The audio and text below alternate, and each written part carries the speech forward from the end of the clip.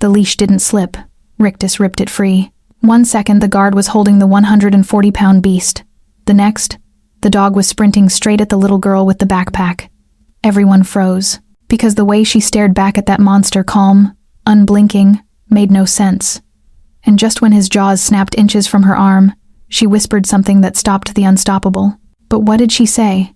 And why did the most dangerous dog in the estate recognize her? Stay with us until the end, because the secret this little girl shares with the dog will reveal their incredible, shared past. If you're ready to enjoy this story, click subscribe, like the video, and tell me where you're watching from. Your support helps us to bring more interesting stories like this, and you don't want to miss it. Silas Vance did not rule a kingdom. He was the kingdom. His domain, nestled behind triple-gated granite walls in the most affluent part of the suburbs, was a fortress of cold, lethal efficiency. They called him the Architect, not for his love of blueprints, but because he meticulously built his life, his organization, and his mansion on one unshakable principle: absolute control.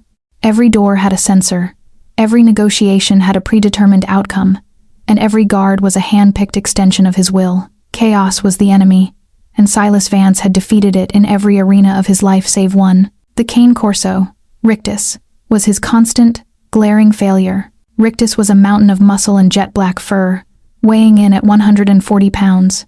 He was a creature designed for war, his massive head scarred and his teeth permanently visible in a low, resentful sneer. Silas hadn't chosen Rictus for companionship. He had acquired him 3 years prior from a dismantled fighting ring, seeking the perfect symbol of raw, untamed power to stand guard over his most secure area. He wanted a beast that understood only dominance, a reflection of his own ruthless efficiency. But Rictus was not controllable. The dog refused to bond, refused to obey, and responded to every command, even from Silas, with the same volatile aggression.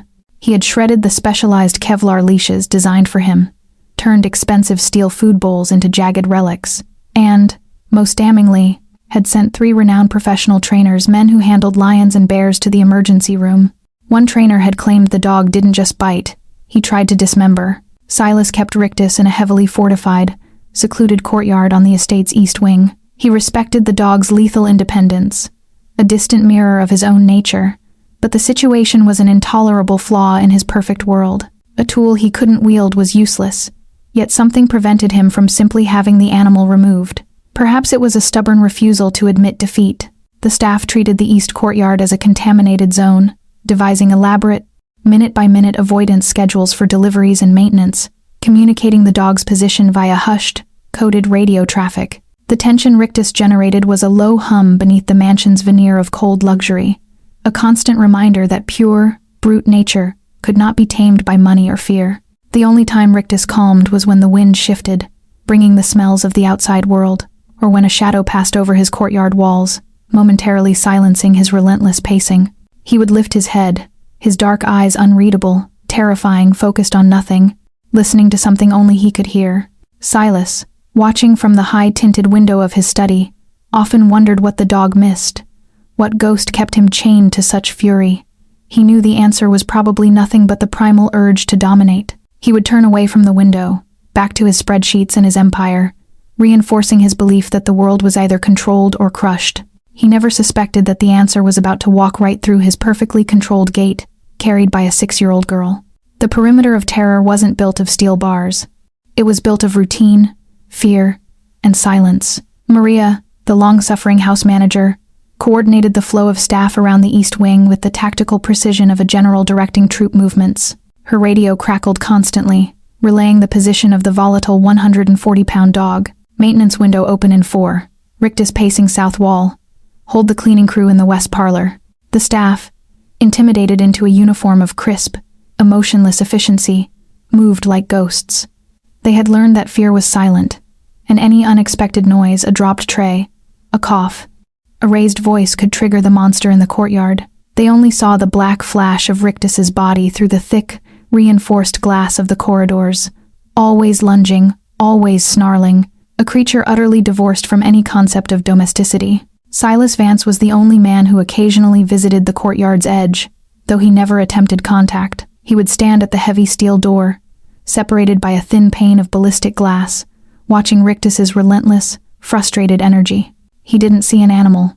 He saw a pure engine of instinct, an uncontrolled variable he both resented and strangely admired. Rictus was strength without constraint, and in a twisted way, Silas respected his refusal to break. On this particular afternoon, the perimeter was unusually tense. The arrival of Darius Verone, a volatile associate, and the inevitable security risk he represented, had already frayed nerves. But it was the small, unscheduled addition to Verone's entourage that caused the deepest unease. Elara. She was an anomaly, a splash of bright, uncontrollable innocence in Silas's sterile, adult world of polished granite and cold steel.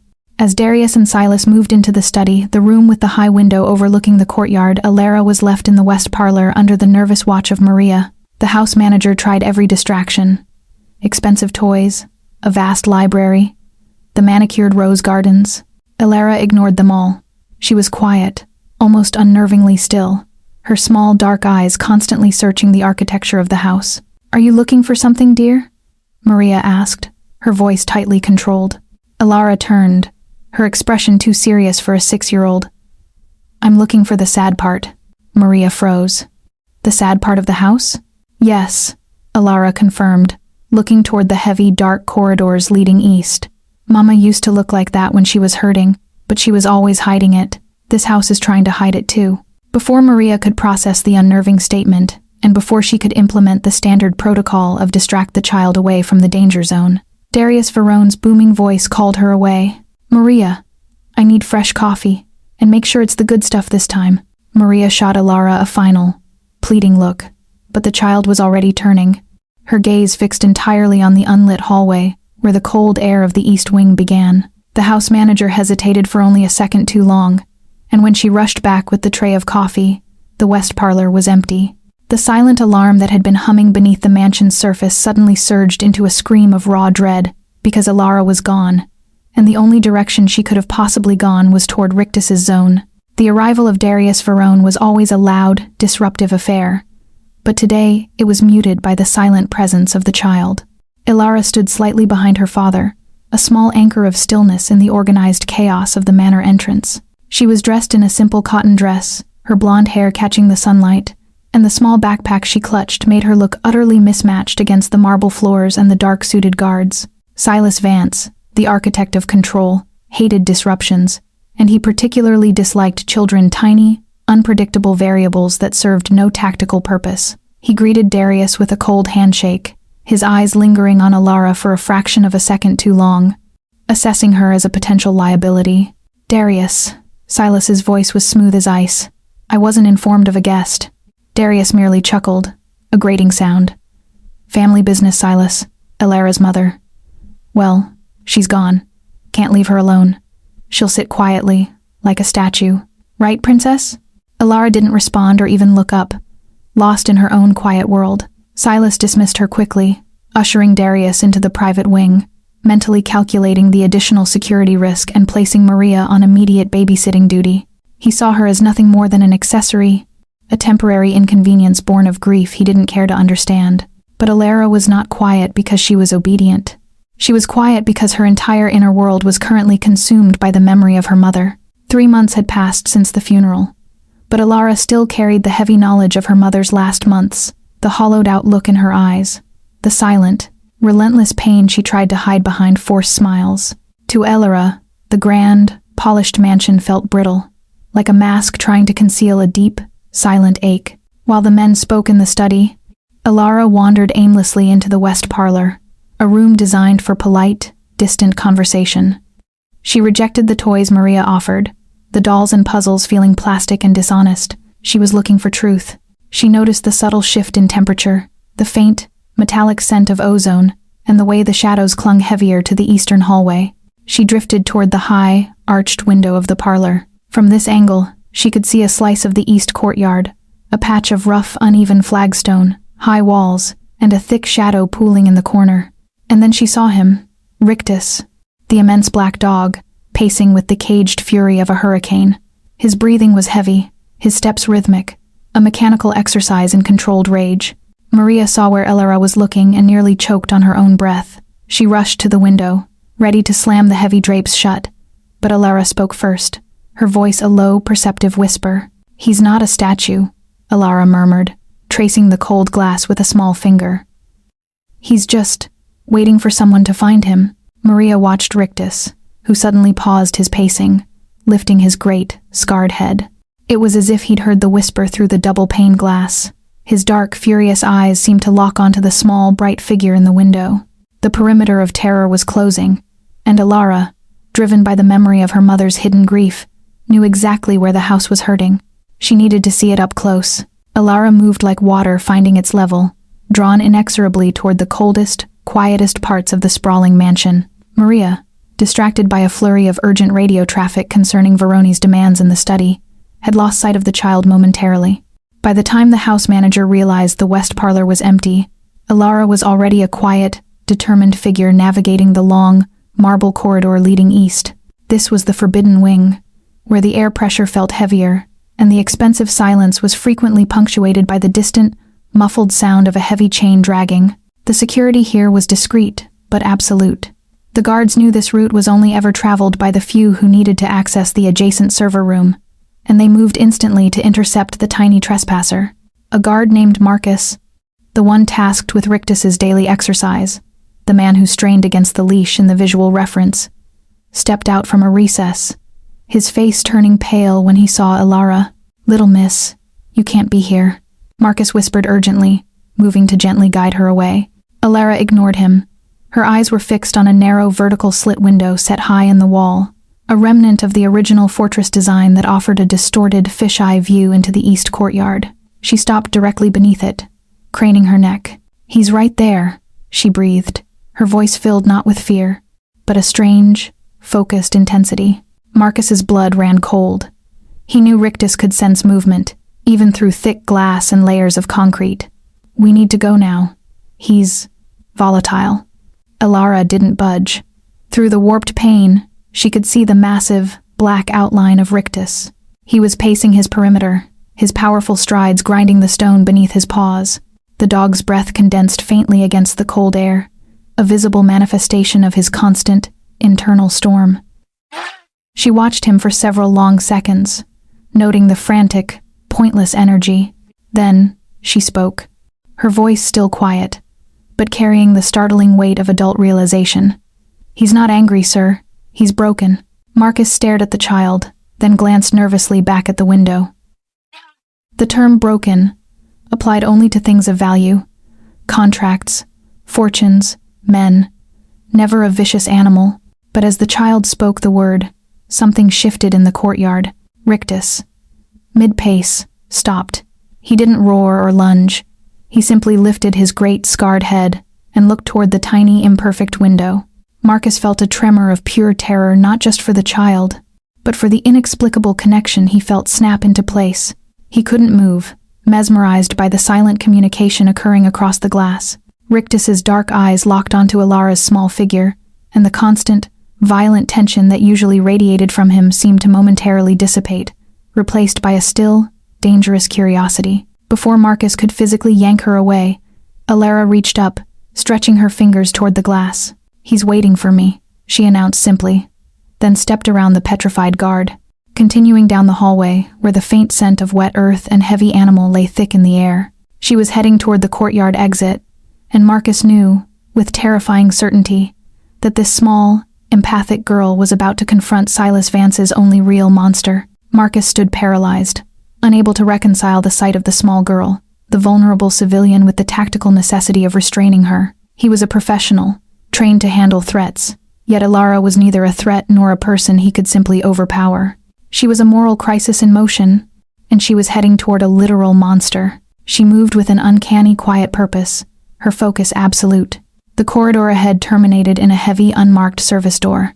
It was the door to the east courtyard, where Rictus was kept. It was meant to be locked, always, but in the chaos of Darius Verone's urgent, unscheduled arrival, a junior maintenance man had failed to double-check the electronic deadbolt before heading to lunch. The door was, inexplicably, ajar by half an inch. Alara saw the faint line of light. It was her destination. Back in the main study, the tension was also escalating, but on a different frequency. Silas Vance was in the middle of a sharp, high-stakes negotiation with Darius Verone. Their voices were low, clipped, and dangerous. The sudden, frantic crackle of Maria's voice over the internal radio system cut through the controlled atmosphere like a knife. Code red, East Wing. Unscheduled trespasser in the danger zone. I repeat, the child is missing and heading toward Rictus's perimeter. Silas froze, his hand hovering over a sheet of financial projections. He looked at Darius, whose face immediately drained of color, understanding instantly that the trespasser was Alara. "Where is she?" Darius roared, leaping to his feet, ignoring Silas completely. "Confirmed visual from Marcus, she is outside the east door. Rictus is agitated." Maria's voice was ragged with panic. Silas, the architect, felt his perfectly constructed world begin to crumble. A civilian casualty on his grounds, especially the child of an associate, was not just an inconvenience, it was a catastrophic failure of control, one that invited unwanted scrutiny and dismantled his image of invulnerability. He moved, not with the predatory speed of a man seeking a fight, but with the cold, measured haste of a man trying to plug a lethal leak in his system. Meanwhile, Alara reached the ajar service door. The heavy, ironclad surface was cold beneath her fingers. She didn't hesitate. Driven by the strange, magnetic pull of the broken creature she had glimpsed through the glass, she slipped through the narrow opening. The change in atmosphere was instantaneous and overwhelming. The air was thick with the raw scent of animal, wet stone, and an unmistakable metallic tang. Rictus's growl was no longer muffled by concrete and glass. It was a deep, resonating sound that vibrated through Alara's chest. The courtyard was bathed in harsh sunlight and shadows, a cage without bars, dominated entirely by the presence of the 140-pound cane Corso. Rictus was directly in front of her. He had shed his momentary curiosity and was fully tensed, his hackles raised, his muscular body coiled and ready to strike. This was not the broken creature she had sensed through the glass. This was pure, focused, lethal instinct. Alara stood small and still in the doorway, framed by the sudden, deafening silence of the mansion staff who were watching on monitor feeds. She saw the scars on his muzzle, the white-hot rage in his eyes, and then she remembered the anguish she saw in her mother, and she took the single, most shocking step, the one that would defy every law of the manor and the animal kingdom. She closed the door behind her, cutting off her only path to retreat. The clang of the heavy service door shutting behind Alara echoed through the courtyard, a final, definitive period on her escape. It sealed her in, not out. The silence that followed was suffocating, broken only by the ragged sound of Rictus's breathing, deep, guttural, and laced with menace. He stood directly in front of her, a hulking shadow against the bright afternoon sun, his chain leash still dragging from his neck, snapped or dropped by the frantic guard. Every muscle in his massive body was coiled, a black spring of predatory power. His growl, now unfettered by walls or glass, vibrated through the flagstones, a low rumble that promised violence. His teeth, gleaming wet and sharp, were fully bared. Marcus, the guard, had burst through the door moments after Alara, but his desperate lunge to grab her was too late. He froze, trapped between the child and the beast, unable to intervene without potentially exacerbating the already dire situation. From the mansion's control room, a dozen hardened men and women watched the live feed, their faces ashen. Then, Rictus lunged. It wasn't a tentative advance. It was a full, terrifying charge, a primal burst of speed that covered the distance between them in an instant. His powerful legs ate up the ground, his head low, ears flattened, a black blur of pure, unbridled aggression. He was the monster Silas Vance had cultivated, a living weapon unleashed. Alara, impossibly, did not move. She stood her ground, a tiny, defiant figure with a small backpack clinging to her shoulders. Her eyes, wide and unnervingly calm, never left Rictus's. The charge was deafening, a whirlwind of snarls and thundering paws. It was the moment everyone expected to see: chaos, blood, and the final, tragic end of a naive child. But Alara didn't scream. She didn't flinch. As Rictus's formidable jaws snapped open, a breath away from her, a guttural roar ripping from his chest, Alara simply tilted her head. Her expression was not one of terror, but profound recognition. "I know that sound," she whispered, her tiny voice shockingly clear against the beast's fury. "It's the sound Mama made when she was trying to be brave, but her heart was hurting. It's the sound of trying to keep the pain inside." The charge, somehow, inexplicably, faltered. Rictus's body shuddered, his teeth still bared, but the killing intent in his eyes seemed to waver. He was still a breath away, a coiled spring of muscle, but Alara's words had found a crack in his armor of rage. Silas Vance, now standing on a high balcony overlooking the courtyard, watched the scene unfold with a horrifying, detached clarity. He saw the black beast, the terrified guard, and the tiny, unwavering child. He had cultivated fear his entire life, commanded it, wielded it. He had never once encountered a soul who spoke its language, not in defiance, but in understanding. Rictus stared at Alara, his massive head trembling, his growl subsiding to a low, desperate whine. The child reached out a hand, slow and deliberate, toward his snarling muzzle. Everyone held their breath, waiting for the inevitable. But Alara wasn't offering fear. She was offering solace. And in the heart of the beast, a flicker of something ancient, something long buried, began to stir. Alara remained kneeling on the cold flagstones, her small body defying the immense, black shadow looming over her. Her hand, the same size as one of Rictus's claws, was held steady, palm open, not as an order or a bribe, but as an offering of peace. "It's okay to be scared," she whispered, her voice barely audible above the low, rumbling whine that was now escaping the beast's throat. "Mama said the strongest people are the ones who let someone help them carry the sad parts. I can carry some of your sad part, if you let me." Rictus's massive head shuddered violently, a war raging between the brutal instinct hammered into him by years of abuse and the faint, ancient recognition triggered by the child's voice. He was muscle and trauma, yet her profound, fearless empathy was a force he had no defense against. Tears of pure frustration and pain, the unwept sorrow of 3 years in chains, began to leak from the corners of his dark, bloodshot eyes. Silas Vance, standing on his balcony with Darius Verone and the petrified guard Marcus below, watched the most important moment of his life unfold. He had witnessed men execute other men without flinching. But this impossible display of emotional physics, the transfer of power from the fear instiller to the compassionate, rendered him completely paralyzed, a statue carved from disbelief. Then, Rictus moved. It was the slowest, most agonizing movement of the dog's life. The tension drained from his coiled spine not in a snap, but in a gradual, trembling release. The deep, lethal snarl evaporated, leaving behind a mournful puff of breath. He lowered his enormous head, inch by painstaking inch, a gesture of profound, aching submission. The tip of his muzzle, the weapon designed to tear and kill, came to rest against the center of Alara's small, upturned palm. It was a feather-light touch, yet the impact resonated like a physical blow throughout the mansion's nervous system.